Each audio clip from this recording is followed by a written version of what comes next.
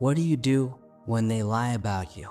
When your name gets dragged through the dirt and you didn't even do what they said?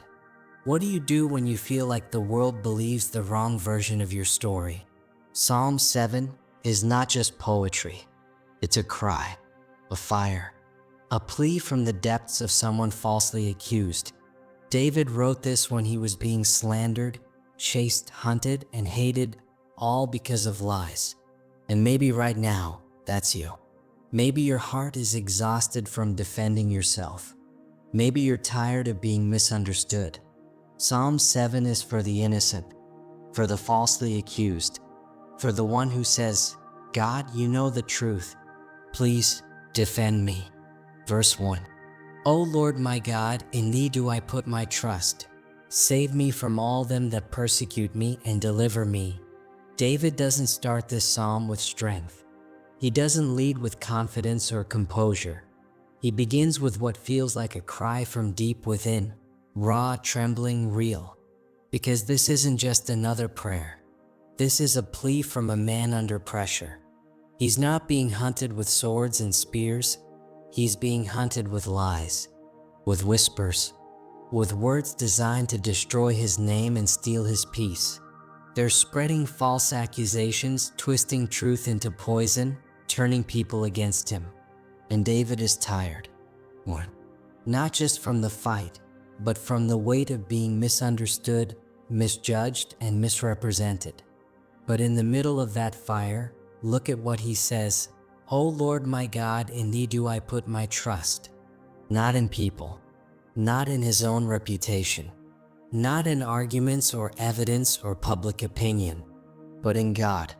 That phrase, in thee do I put my trust, isn't passive. It's not casual. It's surrender. It's like David is saying, I don't need to win in the court of public opinion. I just need heaven to hear me. I need the one who sees the heart, the one who knows the truth, the one who fights for the innocent.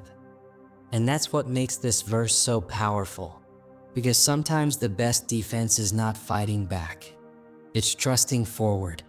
It's not proving yourself right, it's letting God protect what's right. David isn't just asking to be rescued. He's handing over the case. He's giving up the urge to argue, to clear his name, to fight in the flesh. And he's putting it all, his safety, his future, his reputation, in the hands of the God who never loses a battle. Have you ever been there? Backed into a corner by people who don't know the whole story? Talked about, judged, betrayed, lied on. And there's a fire in your bones to defend yourself, to speak up, to fight back.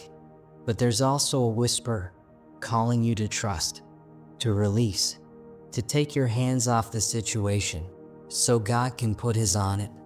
That's what David does here. Not because it's easy, but because it's holy. Because trust is the weapon of the innocent, and faith is the voice of the falsely accused. So if you're in that space right now, if people are talking and twisting and tearing you down, don't forget where your defense comes from. Not from revenge, not from retaliation, but from refuge. O Lord my God, in thee do I put my trust. Say it until it becomes real. Say it until peace comes. He sees, he knows, and he delivers. Let that be your first step, not to prove your point, but to prove your trust. Because when man persecutes, God protects. When man lies, God listens. And when the innocent are hunted, heaven fights back. Let that be your hope today. Selah. Pause. Breathe. Let it sink in. God is your defender. Verse 2. Lest he tear my soul like a lion, rending it in pieces while there is none to deliver. David isn't speaking in metaphors to sound poetic.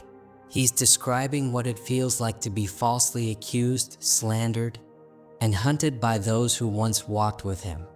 He says it feels like a lion is tearing into his soul, not his body, his soul. That's a different kind of pain. Not the kind you bleed from, but the kind that breaks you from the inside. The kind that makes you question your worth, your calling, your very identity. He's not just being attacked, he's being ripped apart. Not with claws, but with lies, with whispers in the dark, with fake smiles and hidden daggers. And the worst part isn't even the attack, it's the silence. While there is none to deliver, he says, no help in sight, no one stepping in, no voice defending him, just him and the sound of the lion coming closer. And maybe that's where you've been too, when it's not your hands or legs breaking, but your spirit. When people slander your name, twist your words, and paint you as the villain in a story you never wrote. When even your prayers feel like they're bouncing off the ceiling. That's soul pain. That's the kind of brokenness David is pouring out in this cry. But here's where it shifts.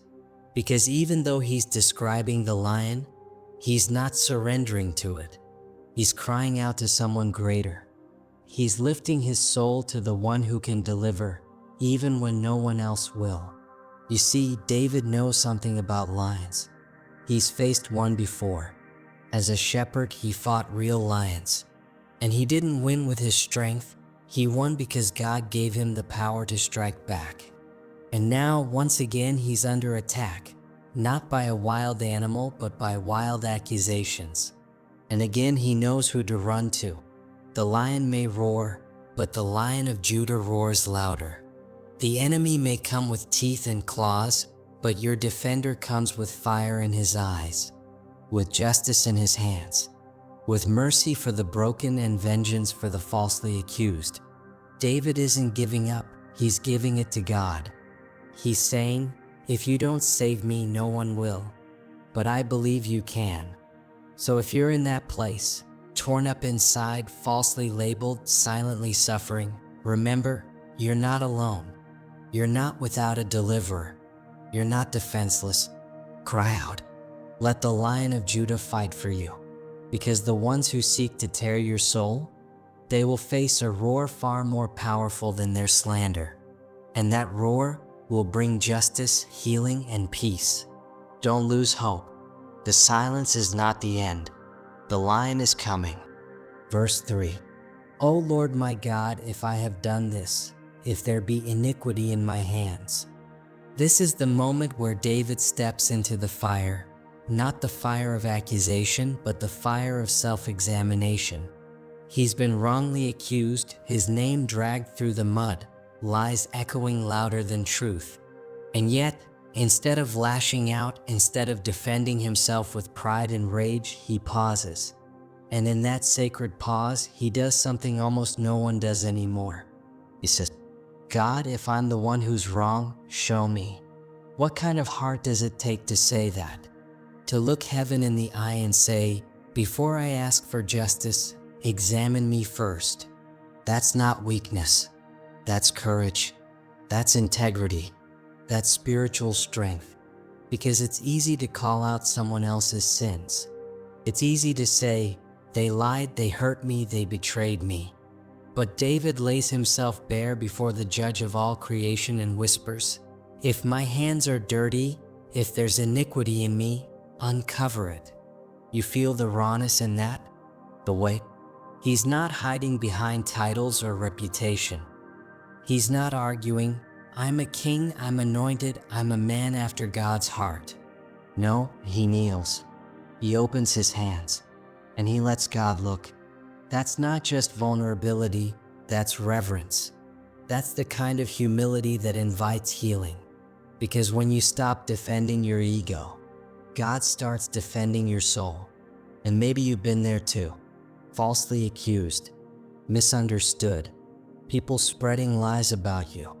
And everything in you wants to scream, that's not true. But David shows us another way, a higher way, a holy way. He says, even if they're lying, if there's any truth, Lord, I want to see it. I'd rather be right with you than win with pride. That's what it means to walk with God. Not perfection, but submission. Not image, but truth.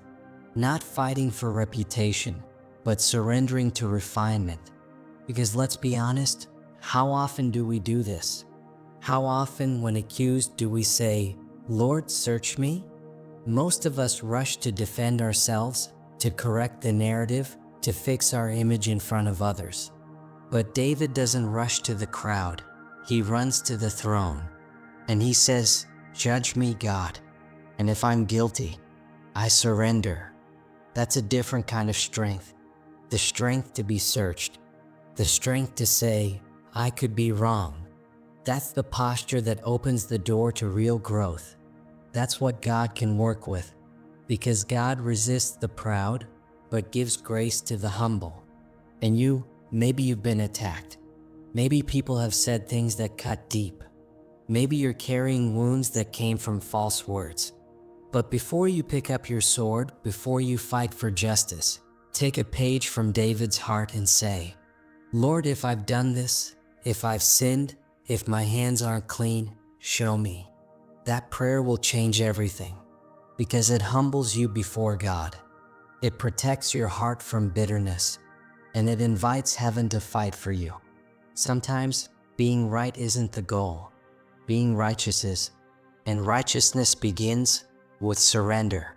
So pause, breathe. Let God search you, not to condemn you, but to cleanse you, to restore what's been broken, to purify what's been hidden, and to raise you back up, not just defended, but transformed. This is the beginning of healing, not in shouting your innocence, but in surrendering to God's correction. Because when God examines you, it's never to destroy, it's always to deliver. And that's the heart of Psalm 7, verse 3. A raw man on his knees, a soul saying, "God, start with me." A faith that trusts God with the truth, no matter what it reveals. Let that be your prayer today. Lord, search me, and if I've done wrong, make me right. That's where the healing begins. That's where peace begins. That's where you begin again.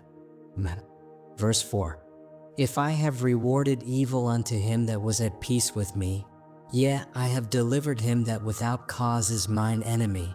David goes even deeper now, deeper into the part of the heart where pain often hides. This isn't just a man defending himself. This is a man searching himself. He's not saying, "God, I've been perfect." No, he's saying, "Lord, if I ever returned evil to someone who was at peace with me, if I ever harmed someone who had no intention to harm me, then hold me accountable." That takes courage. That takes brutal honesty. Because David knows how easy it is when you're hurt to justify retaliation, to return coldness for coldness, silence for silence, betrayal for betrayal. But he reminds God and himself that he didn't go down that road. He chose the harder path. He didn't repay evil with more evil. He repaid evil with mercy. Even when they plotted, he protected. Even when they lied, he delivered. Even when they had no cause to hate him, he still helped them escape destruction. And that right there, that's the pain that only the righteous know. The pain of treating others better than they ever treated you. The ache of loving people who would never love you back. Of defending people who wouldn't think twice about watching you fall. And yet David did it. He didn't do it to earn applause. He didn't do it because it felt good. He did it because he feared God more than he feared what people said. He knew that righteousness isn't proven by how you treat your friends. It's revealed by how you treat your enemies. Especially when you have the chance to strike, and you choose instead to show grace. So now he stands before God with this wounded, open heart prayer. Lord, if I ever got it wrong, if I ever failed to love when I should have, reveal it. But if I did right even when it cost me, then you be the judge. This is not arrogance. This is the voice of a man who bled for peace, who stayed silent when he could have screamed, who rescued people who tried to destroy him. This is spiritual maturity on display, honesty in the face of injustice, integrity in the face of insult, mercy in the face of betrayal. And that's why David can pray boldly. That's why he can lift his eyes to heaven and say, "God sees me." Because when your heart stays clean, Even while your name gets dragged through the dirt, God becomes your defense. When you've treated people better than they treated you, you don't need revenge. You need rest. You don't need to fight back. You need to fall into the arms of the one who knows the full story. So if you're reading this and your heart feels heavy, because you loved someone who hurt you, because you helped someone who used you, because you defended someone who walked away from you, let this remind you, God saw that. He saw what you did when no one clapped. He saw the grace you gave when they didn't deserve it. And He will reward you not just for what you did, but for what you refused to do. Because when you walk in mercy, even in pain, even in injustice, you walk in the power of God. And you can lift your hands and whisper, Lord, I didn't repay evil for evil. I let them go. I showed mercy. Now I trust you to handle the rest. That's the kind of heart God defends. That's the kind of soul He shelters. And that's the kind of pain He turns into peace. Verse 5. Let the enemy persecute my soul and take it. Yeah, let him tread down my life upon the earth and lay mine honor in the dust. Selah. David doesn't flinch here. He doesn't beg. He doesn't defend. He stands bare before God and says, if I'm guilty, then let the enemy win. Let him destroy me. Let him drag my name through the dirt. Let my honor rot in the dust. Do you know how bold that is? That's not pride, that's purity. That's not arrogance, that's a man with nothing to hide. In a world where most people fight to protect their reputation, David lays his down. Why? Because he knows the truth is on his side. Because when your heart is clean, even if the world throws mud, you don't have to respond with fists. You can say, search me, God. And if you find fault, I accept the cost. That's not weakness, that's spiritual strength. And then comes Selah, a divine pause, a holy silence. He invites us to stop here, breathe here, and let that settle deep in the chest. Because sometimes the loudest thing you can say is, I've got nothing to hide. And sometimes your clearest conscience is your sharpest sword. When your honor is already surrendered to God, no man can take it from you. So even if your enemies lie, even if they trample your name, if God knows the truth, you can stand still. Selah. Let that kind of trust wash over your soul. Verse 6.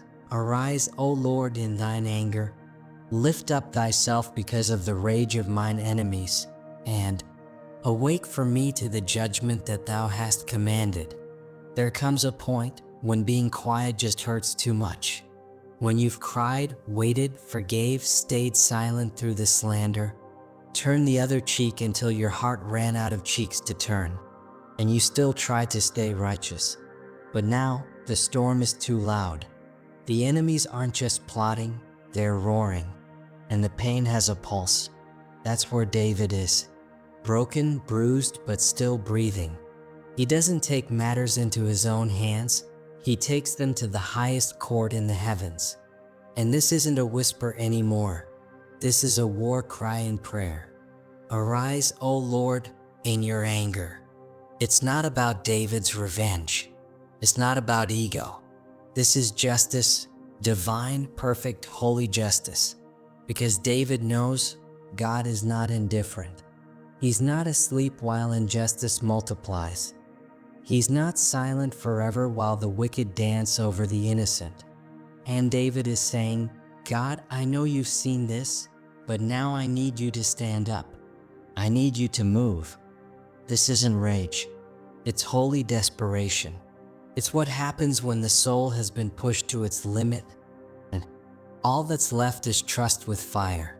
David is calling on the God of judgment, not to destroy aimlessly, but to awaken what is already righteous. Awake for me to the judgment that you've commanded. In other words, do what you said you'd do. Be who you've promised to be. Because sometimes life makes you feel like God is sleeping, like injustice is winning. But this verse reminds us, you're allowed to call on heaven's courtroom. You're allowed to say, God, please, rise, speak. Shake the ground if you must, but don't let this go unanswered. This isn't a moment of weakness. This is faith with a spine, prayer with fire in its bones. This is a broken man, standing tall on the one thing that hasn't failed him, God's character. And maybe you're there too. Maybe the lies have piled up. Maybe you've been accused, betrayed, ignored, and attacked. Maybe the people who should have protected you stood by while the enemy marched in. And maybe you've prayed quietly long enough. Now is the moment to stand in your spirit and say, God, I won't move in vengeance, but I will move in prayer. I won't lift my hand to strike, but I will lift my voice to the one who judges perfectly. Because when David says, arise, he's not giving God orders. He's aligning himself with God's power. He's saying, I'm ready, Lord. I'm not running anymore. I'm not afraid anymore. I'm just asking you to do what only you can. And maybe right now that's your prayer too. God, awaken justice. Arise in my situation. Let truth speak louder than lies.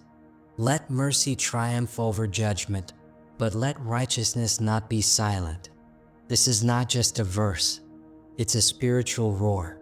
It's a declaration from the depths of a broken soul who still believes. Even after the fire, even in the silence, God will rise. And when he does, every false tongue will fall silent. Every hidden lie will come into the light. And the truth will stand just like David did. So cry if you must, kneel if you must, break if you must, but don't stop praying. Don't stop trusting, because the God you're calling on, he hears every word. And he's not just a comforter. He's a judge who never misses a thing. Let this be your healing cry. Let this be your turning point. Let this be the day you stop fearing the battle, because the Lord of hosts is rising for you. Verse 7, so shall the congregation of the people compass thee about. For their sakes therefore return thou on high. David's cry shifts here. It's no longer just about personal rescue. It's about public restoration. This verse is soaked in longing, not just to be vindicated, but to see God's name lifted high again. David is saying, Lord, when you show up, they will come. Your people, the congregation, they'll gather. They'll surround your presence not out of ritual, but because justice has been served, because righteousness wasn't ignored, because you didn't stay silent. He knows the people are watching. Some are confused. Some are doubting. Some are hurting quietly, wondering if God still fights for the faithful. And David, though broken, falsely accused, torn up on the inside, he's still thinking beyond himself. He's crying out on behalf of the watching world. God, for their sake, return. Come back to your high place. Take your throne. Rule in righteousness. It's a raw moment of faith. A man under attack still finds the strength to say, let them see you move, Lord. Let them gather around you again. Let your justice be so loud that it draws the crowd. This is the cry of someone who doesn't just want revenge, but revival. Someone who doesn't just want to be right, but wants to see God glorified. Maybe that's where you are too. Maybe people have turned their backs on you. Maybe you've been accused, abandoned, misunderstood. And deep down, you don't just want your name cleared. You want God's name restored in your situation. You want people to see his goodness again. You want your pain to become a platform for his presence. So pray like David. Return on high, Lord. Don't stay distant. Show the world that you still step into the fire for your people. Let the crowd gather again, not for me, but for you. Because when the congregation sees God move, faith rises. When justice touches the earth, heaven is honored. And sometimes, your private battle becomes someone else's public breakthrough. Let that truth settle in. Breathe. Pause. This is bigger than you. But God's not done yet. Verse 8, The Lord shall judge the people. Judge me, O Lord, according to my righteousness and according to mine integrity that is in me. There comes a point when you stop defending yourself to people and you just take it to God. That's where David is in this verse. He's not trying to write a press release. He's not scrambling to prove his innocence in front of everyone. He goes straight to the throne of the only one whose judgment actually matters. Judge me, Lord. That's not pride. That's courage. That's raw, trembling faith. Because you don't say something like that unless your soul has been through the fire and come out clean. It's not about being perfect. It's about being honest. It's about saying, Lord, you know what's really inside me. You saw what I did when no one else did. You know my thoughts. You saw how I chose mercy when I could have chosen revenge. You saw how I kept my mouth shut when I wanted to shout back. You saw the tears I cried when nobody was watching. You saw me fight to stay upright even when everything around me tried to pull me down. David's not hiding behind religion. He's not listing titles or trophies. He's standing on integrity. And integrity is something only God can truly measure. He's not asking to be judged by results. He's asking to be judged by righteousness. That means, judge me by the why, not just the what. Judge me by the motive, not just the outcome. Because sometimes the world sees failure, but God sees obedience. Sometimes people misread your silence as guilt, but God knows it's restraint. Sometimes they think you're weak for not clapping back, but God calls it strength. So David says, let the Lord judge me. Because judgment in God's hands is not a weapon, it's a scalpel. It cuts, yes, but it cuts to heal, not to destroy. And this verse is also a declaration of trust. It says, I don't need to manipulate the outcome. I don't need to prove anything in public. My record is sealed in heaven. Let God handle it. That's not easy when people lie on you, when rumors spread, when your reputation is attacked. But David teaches us something powerful here. When your hands are clean, you don't run from the courtroom of God. You walk in with boldness, not arrogance, not self-righteousness, but holy confidence. Because truth doesn't need to hide. Truth doesn't fear inspection. And righteousness doesn't shrink under pressure. It stands taller. So if you've done right and still been done wrong, if you've walked in love but been met with hate, if you've kept your integrity but they tried to tear you down, don't fall into despair. Don't stoop to their level. Don't let bitterness eat your soul. Instead, pray like David, judge me, O Lord. That's not giving up. That's rising up. That's saying, I've said all I can say. I've done all I can do. Now it's in your hands, God. And when your case is in His hands, you don't need to fear the verdict. Because God is not just judge, He is also defender. He is not just looking at your life, He's standing in the gap for it. So let the world talk. Let the rumors swirl. Let the accusations fly. But you stay upright, stay humble, stay clean. Because when your heart is right, your hands don't need to fight. Heaven has already taken your side. And in the end, it won't be their judgment that matters. It will be God's. And He will judge rightly. He will defend the innocent. He will vindicate the righteous. And when He does, every lie will fall silent. Every whisper will wither. And every scar you carried for doing what was right will become your crown of honor. If you're walking through something like this, drop a comment. You're not alone, and I'll do my best to help. God sees, God knows, and He will judge, not like man does, but with truth, justice, and perfect mercy. Amen. Verse 9, Oh, let the wickedness of the wicked come to an end, but establish the just, for the righteous God trieth the hearts and reins. David is tired, not physically, but spiritually worn. Worn from watching wicked people rise, while good ones fall. Worn from hearing lies spread louder than truth. warned from seeing evil parade itself around like it's untouchable, like God forgot how to judge. So he cries out, "Let it end, God. Let the wickedness of the wicked, not just the people but their poison, come to an end. Let the slander stop. Let the schemes fall. Let the masks drop."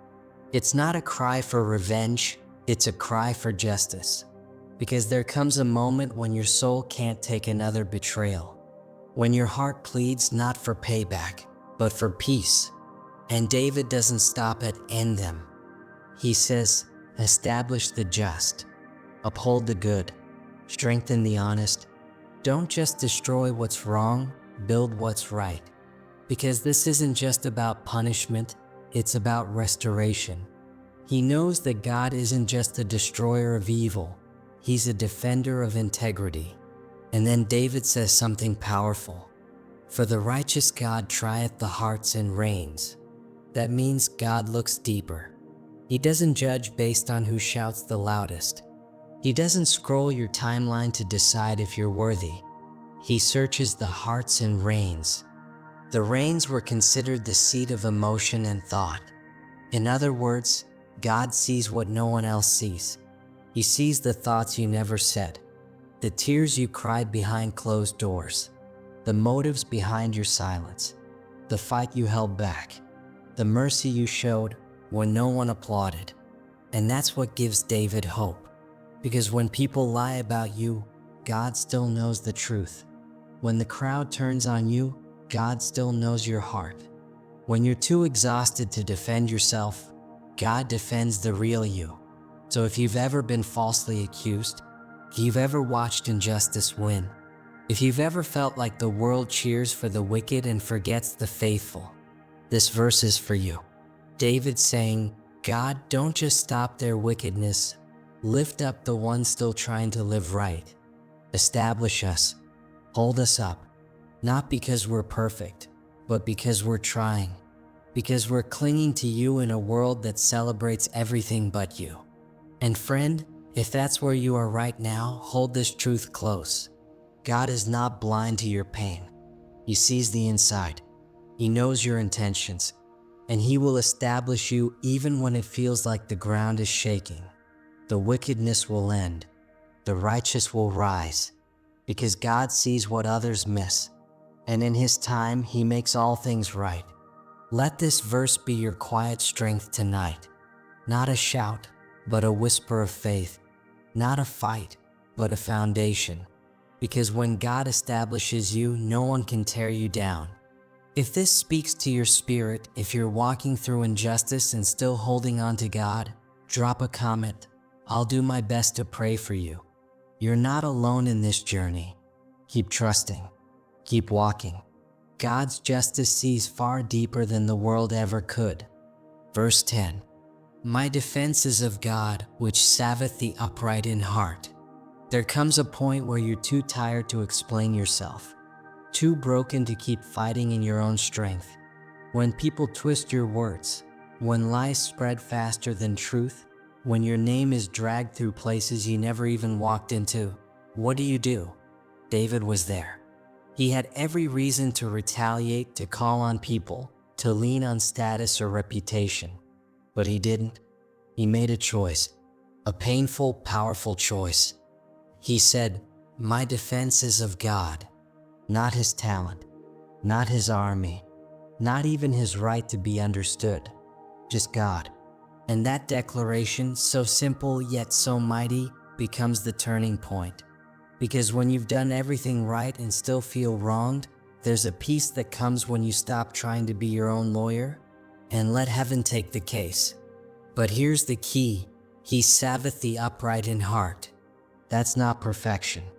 That's posture. A heart that stays clean even when the world gets messy.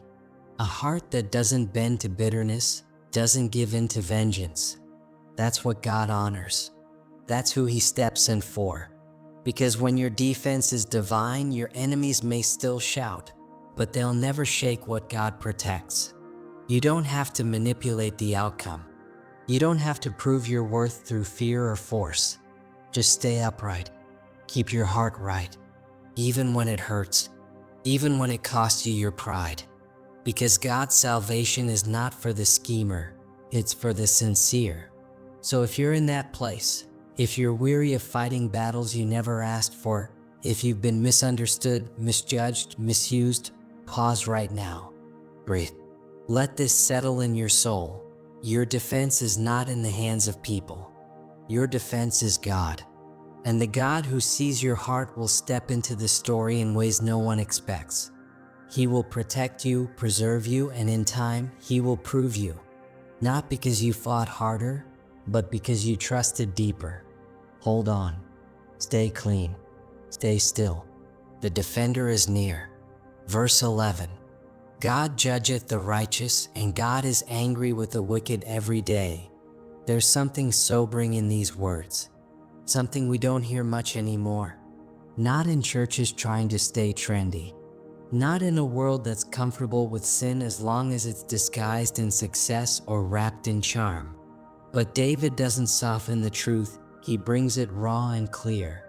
God judges the righteous. That means He sees, He discerns, He examines. And even those who follow Him, He watches them closely. Not to punish, but to protect, to refine, to purify.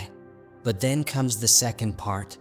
And this is where we all need to pause, because it says, God is angry with the wicked every day, not once in a while, not just when evil goes viral, every single day. God is not blind to evil. He's not deaf to the cries of the abused. He's not neutral when injustice rises like smoke from broken homes, war-torn cities, and exploited hearts. He burns, but not like us. Not out of ego or impulse, not with the rage of wounded pride, but with a holy fire that aches for righteousness, a sacred fury that refuses to let corruption go unchallenged. His anger isn't reckless, it's righteous. It's not reaction, it's justice in motion. And if you've ever been wronged, if you've ever been lied on, stepped over, betrayed, or destroyed by someone who looked like they got away, you need to hear this today. They didn't. They never do. Because God is watching. And He doesn't skip days. He doesn't forget. He doesn't delay because He's weak. He delays because He's merciful. But mercy has a clock. And when it runs out, judgment will fall. That should shake the wicked. And it should comfort the broken. Because when people hurt you and walk away laughing, God didn't laugh. When they lied to get ahead and left you behind in the dirt, God didn't blink. His anger burns every day, not because He's cruel, but because He cares that much about the truth, about the pain of the innocent, about the wounds you're still carrying in silence. So if you've been asking, where is God? Why isn't He doing something?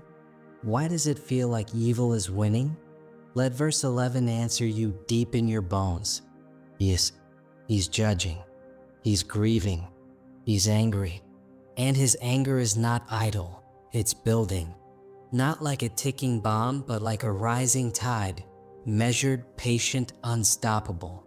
And when that tide comes crashing, it won't just expose the wicked, it'll lift the righteous. It'll reveal the justice that's been hidden. It'll prove once and for all that God never stopped watching. That His silence wasn't absence, it was preparation. So stay clean, stay humble, stay faithful, because you don't have to carry vengeance in your heart. God already carries holy justice in His, and when the time is right, He will make all things right. Let your soul breathe in this truth. He sees, He knows, He will act. That's not a threat to fear, that's a promise to hold. If this word met you deep in your heart today, if you've been battling in silence, broken but still trying to believe, drop a comment below. You're not alone, and I'll do my best to pray and walk with you. God bless you, my friend. He is not finished. He is still on the throne, and He's still a righteous judge. Verse 12, if He turn not, He will whet His sword. He hath bent His bow and made it ready. This verse isn't soft. It doesn't whisper. It warns, and it does so with fire in its breath. But hidden inside that fire is mercy, real mercy, because it doesn't say God strikes first. It says, if he turn not. That means there's still a chance. There's still room. There's still one last door open. But that door, it's closing. God isn't reactionary like us. He's not emotionally unstable. He doesn't throw swords out of rage or fire arrows out of frustration. He warns, he waits, he weeps, he gives time, but he won't wait forever. That's what David is saying here. That if the wicked person who lies, slanders, steals, destroys, manipulates, refuses to turn, if they keep walking down that road of pride, cruelty, rebellion, then God will whet his sword. What? That means to sharpen it, not just wave it around, not threaten, not pretend. It means God prepares it, intentionally, carefully, with patience and precision. He puts it against the stone, stroke by stroke, not because he enjoys judgment, but because he loves justice, because he sees what people think no one sees. He hears the cries that were ignored. He remembers the wounds that never got justice. He doesn't let wickedness pass forever. And the bow? That part is terrifying if you really picture it. It's already bent. The string is pulled back. The arrow is locked in. The weapon is aimed. There is tension in the air. All it takes is one more unrepentant step, and the release comes. This isn't passive justice. This is divine readiness. It's heaven saying, I see, I know, I have waited, but I won't wait forever. And that's where the rawness comes in, because we don't talk about this side of God enough. We love the God who comforts, the God who heals, the God who forgives. And yes, He's all of that, but He's also the God who judges, the God who doesn't play with evil, the God who brings down the proud, who strikes down the violent, who shuts the mouth of every lying tongue. And if He didn't, how could we call Him good? This is the pain of mercy, that even while God warns, many ignore Him. He gives space, He sends messengers, He offers chances, and still they spit in His face, they mock His patience, they test His silence. But silence is not absence. Delay is not approval, and what looks like slowness is really restraint. But one day that restraint will end, and justice will move, not in chaos, but in holiness. God will not miss. He will not hesitate. He will not ask permission. His sword will find its mark. His arrow will fly straight, and no one will be able to say, I didn't know, because He warned them. Yet even now, even in this moment, that warning is grace. The fact that the verse begins with, if he turn not, means there's still hope, still mercy, still a path back. But it's a narrow one, a painful one. It means laying down your pride, confessing your sin, turning from destruction and crawling back toward God, not with excuses, but with surrender. That's the heartbreak of this verse. It's not just a message to the obviously wicked. It's a message to all of us who've drifted, who've let bitterness grow, who've harmed others with words, actions, silence. This is God saying, I'm still giving you time, but time isn't infinite, and when I move, it will be final. So don't ignore the tension in the bow. Don't test the sharpening of the sword. Hear the love inside the warning. Because a God who warns you is a God who wants to save you. But a God who waits forever? That God doesn't exist. There comes a point where justice must rise. And maybe, just maybe, this verse isn't meant to scare you, but to wake you. Wake you out of the sleep of denial, out of the numbness of pretending you're fine. Because the sword hasn't struck yet. The arrow hasn't flown. There's still time to kneel. Still time to turn. So if you feel something in your heart right now, don't brush it off. Don't silence it. Respond to it. Because the same God who sharpens the sword is the same God who stretches out his hand. And it's still open. Choose before it's too late. Because justice delayed is not justice denied, but it will come. And when it does, let it find you already in his arms. Verse 13 He hath also prepared for him the instruments of death.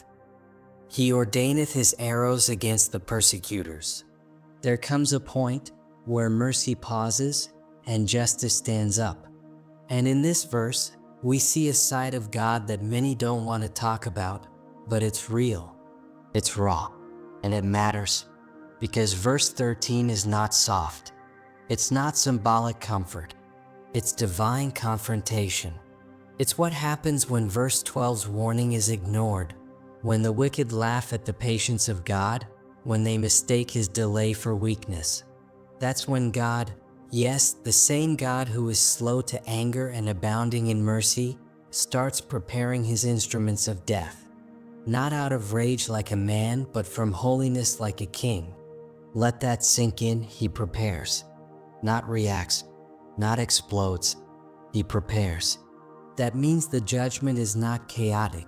It's intentional, deliberate, perfect. This isn't God losing control. This is God taking control.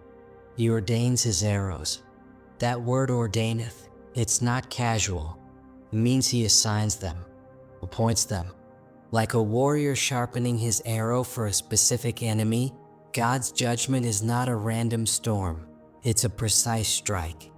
And who are these arrows aimed at? The persecutors. Not just those who messed up. Not just those who stumbled or sinned and felt conviction. No, this is aimed at those who actively, deliberately wage war against the innocent. The ones who slandered you, who twisted your name, who lied to destroy what you were building. The ones who mocked your tears and feasted on your pain. The ones who did it on purpose and kept doing it even after God gave them space to repent. You need to know this, God did not miss it. He saw what they posted. He saw the silent manipulations. He saw the betrayal they hid behind a smile. And he has prepared something just for them. This is the part where your soul shakes a little, not from fear but from realization that you don't have to get revenge. You don't have to prove anything. You don't have to fight dirty to be heard, because the one who fights for you doesn't miss. The same bow that looked quiet, the same silence you thought meant God wasn't moving, that silence was preparation. And when God releases his justice, it won't miss its target, because those arrows have names on them. And one day, when the time is right, the persecutors will know they didn't mess with you. They messed with the defender of the righteous. That's not wrath from insecurity. That's holy fury born from love. Love for truth. Love for justice.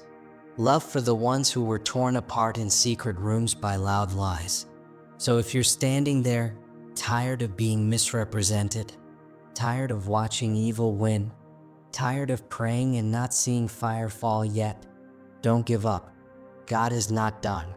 He's just getting started. And his arrows, they never miss. If this hit your heart, drop a amen in the comments and share this with someone who needs justice right now. Because silence is not God's absence, it's his preparation. Verse 14, expanded breakdown in emotional spoken word style.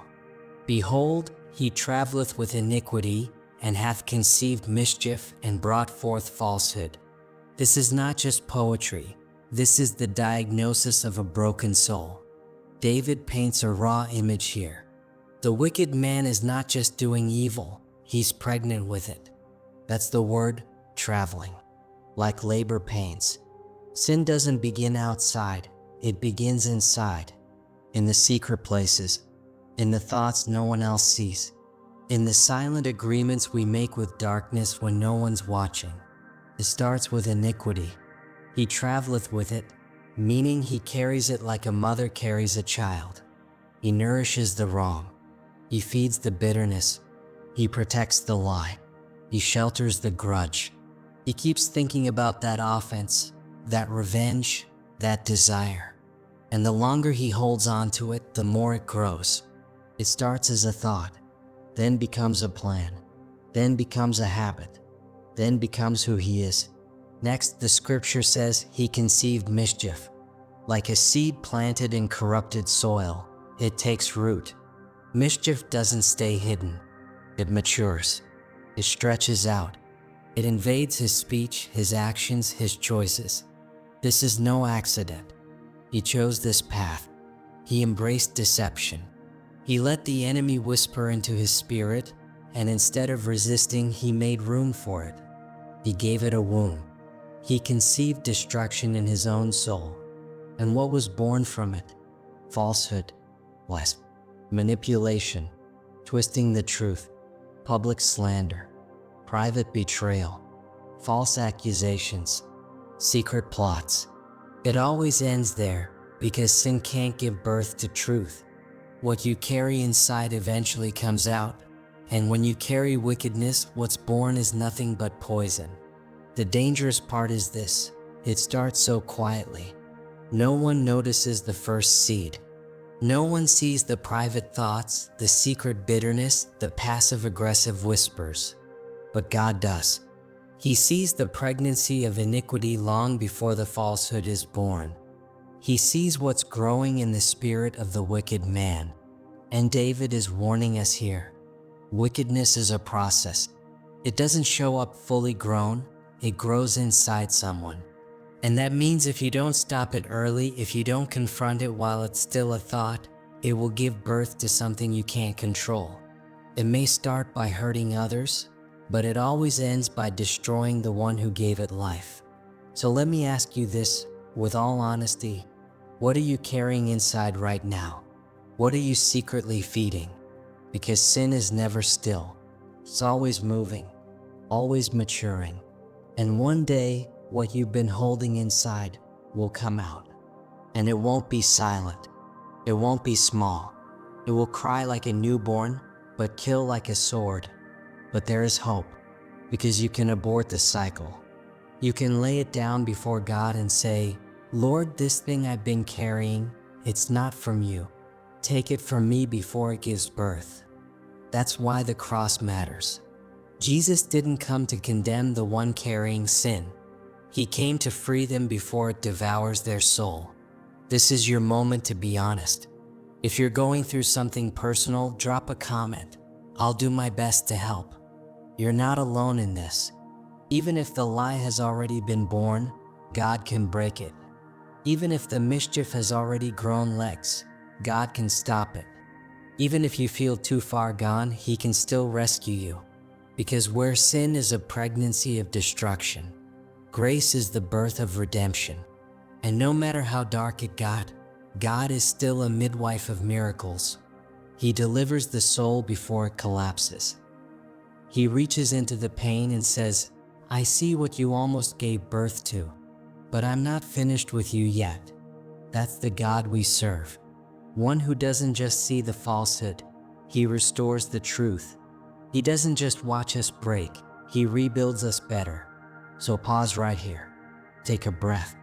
Ask Him to search your heart. And if you find anything growing inside that isn't holy, bring it into the light. Because what you feed, you grow.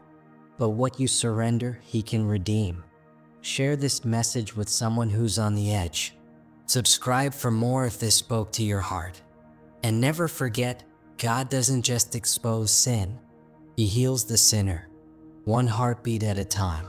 Verse 15. He made a pit and digged it and has fallen into the ditch which He made. There's something so painful but powerful about this verse. It's the justice you never saw coming. It's the quiet victory that doesn't require noise.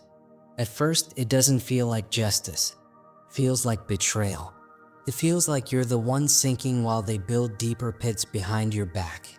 You watch them plot. You watch them lie, cheat, twist, manipulate, and for a while it seemed like they were winning.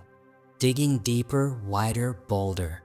You saw them smile while setting the trap, and for a moment It looked like you were going to fall into it, but God sees every shovel of dirt they moved, every lie they whispered, every rumor they spread. And here's the beauty, He lets them finish digging, not because He's slow, but because divine justice doesn't rush. It waits. It lets them build the whole thing with their own hands, so when they fall, they can't blame anyone but themselves. That pit was never yours to fall into. You were the target, yes, but God rerouted the consequence. That same ditch, dug with pride, arrogance, and evil intent, becomes their own grave. And what's wild is that they don't even see it. They're so obsessed with hurting you, they don't notice they're walking toward destruction. They thought they were trapping you, but God was turning the whole thing around behind the scenes. You don't have to fight them. You don't have to clap back. You don't have to expose them. Just wait. The reversal is coming. And when it does, it'll be quiet, silent, but complete. The ditch they dug in secret will swallow them in public. And you'll be standing, not bitter, not gloating, but humbled, because it wasn't your strength that saved you, it was God's justice. So if you're feeling like you're surrounded, if you know they've been plotting, if it feels like the trap is ready to snap, don't panic. Just breathe. God knows how to handle people who dig pits for the innocent. And verse 15 is proof. They always fall into their own. Verse 16, His mischief shall return upon his own head, and his violent dealing shall come down upon his own pate. You have no idea how many nights I cried, wondering if God saw it, if He saw how they plotted, how they laughed behind my back, how they twisted the story and made me look like the villain. They threw stones, hid their hands, and smiled like they were innocent. And for a while, I almost believed they'd get away with it, because the liars were loud, the pain was heavy, and the silence from heaven, it hurt. Have you ever stood in that place, where you know you didn't start it, but you're the one bleeding from it? That's what this verse speaks to. This isn't abstract judgment, it's personal. It's a divine reversal so precise, it hits exactly where they thought they were safest, on their own head. God doesn't just defend in general. He targets with justice. He lets the wicked write the script, then makes them act in it. His mischief shall return. Not might, not possibly, shall. That means it's guaranteed. The same lies they whispered about you will echo in the hallway of their own downfall. The same trap they designed to humiliate you will spring back and crush their pride. The violence they directed at your name will collapse on their own character. This isn't karma. This is God.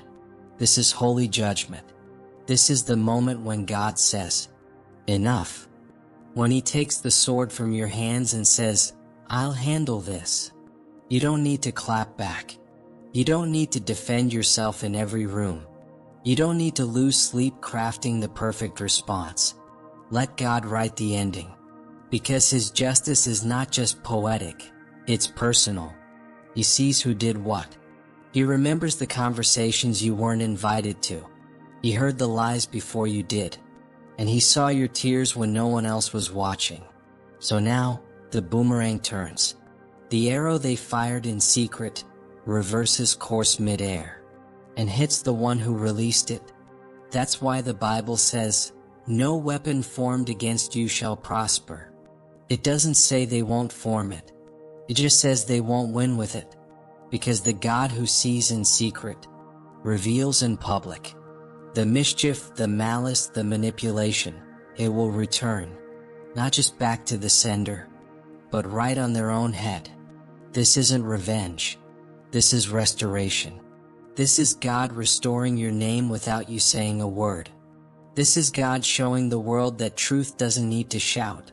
It just needs to stand. So don't panic. Don't retaliate. Don't spiral into bitterness. Let the judgment fall. Let it return. Let it descend on the heads of those who used their hands to destroy what God was building. You're not crazy for holding on. You're not weak for staying quiet. You're wise, because the boomerang of heaven is real. And when God spins it, it never misses. He will not let them win. He will not let them walk away unaccountable. He will not let your name stay buried beneath their lies. He's your defender. And when he moves, you'll finally understand that the same pain that nearly broke you became the proof that God was always for you. Wait for it. You're not finished. They just started the storm. But God is about to finish the story. And trust me, the ending will not favor the wicked. If this message hit your heart, let me know in the comments. I want to pray for you. And if you're walking through this kind of spiritual storm, stay. God is not done. Subscribe for more faith-filled truth, and remember, you don't have to fight dirty when God fights holy. Verse 17, I will praise the Lord according to his righteousness, and will sing praise to the name of the Lord Most High. David doesn't end this psalm with revenge. He doesn't end with fury. He doesn't even end with the outcome. He ends with worship. And that's what makes this moment powerful. Because the battle hasn't ended yet. The lies are still out there. The enemies haven't been silenced. The pain hasn't fully healed. But David has already made his decision. He's going to praise anyway. This is not the praise that comes after a miracle. This is not the victory song after you've won.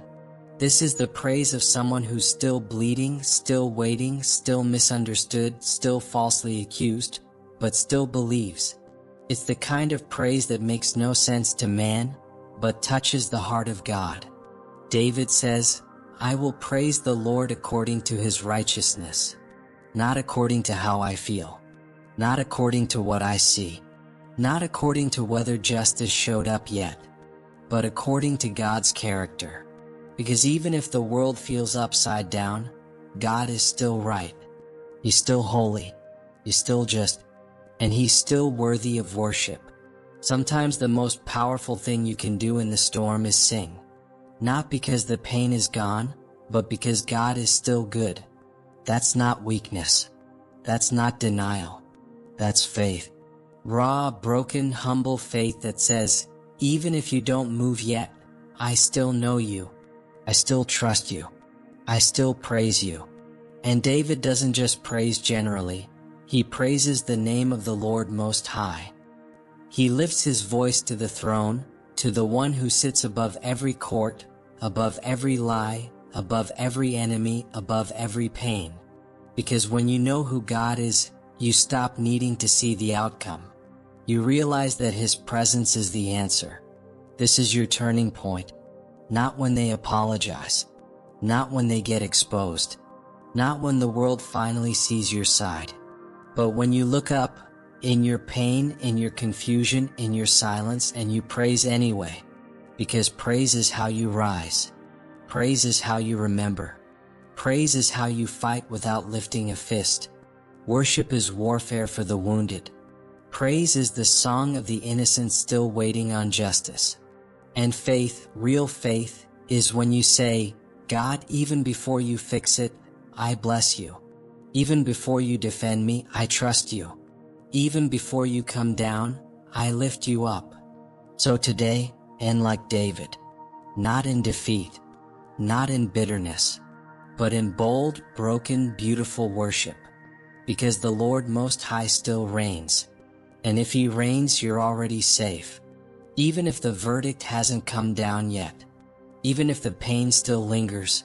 Even if the room is still filled with false stories. You are covered by a righteous king. So lift your head. Open your heart. And sing. Praise him for who he is. Because when righteousness is your reason, the enemy can't steal your song. And if you're reading this in the middle of your battle, if you feel tired, misunderstood, or forgotten, drop a comment. I'll do my best to pray for you. But even more than that, sing. Let God hear your heart before the world sees your vindication. Because when God is on the throne, you've already won. If you've ever been falsely accused, If your heart is clean but your name has been dragged, Psalm 7 is your prayer. Don't fight in the flesh. Let God defend you. He sees what no one else sees. He hears what no one else hears. And when the time is right, He will lift you up in front of those who tried to bury you. So if this message spoke to you, drop a comment below and say, God knows the truth about me. Let the devil hear it. Let the world know it. Let your soul rest in it. And if you're still in the fight, still waiting for justice, know this, you are not alone. Like this video, share it with someone who's silently suffering, and don't forget to subscribe for more healing, truth-filled, word-driven devotionals. God is your defense. Your name is safe with Him.